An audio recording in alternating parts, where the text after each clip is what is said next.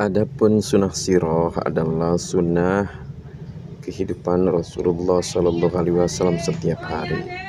Dari mulai yang sering dikatakan adab-adab, yaitu ada adab tidur, dari mulai awal menjelang tidur, terus kemudian ketika dalam tidur itu misalnya kita terdengar suara kokokan ayam, terdengar suara lolongan anjing, sampai tidur kembali, dari mulai doa mau tidur sampai doa setelah tidur, dan apa yang harus dilakukan setelah bangun tidur.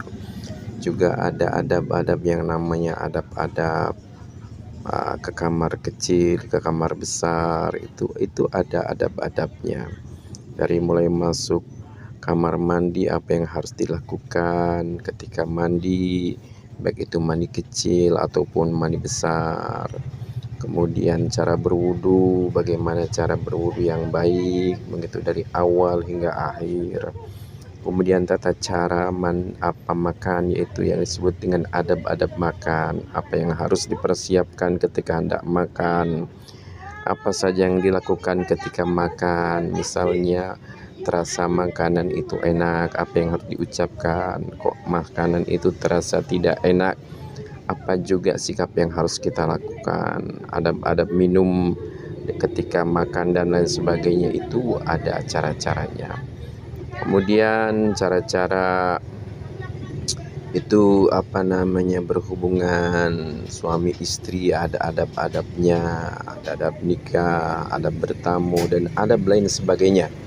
Ada tata caranya, bahkan ketika kita meludah pun ada tata caranya yang supaya dihitung ibadah.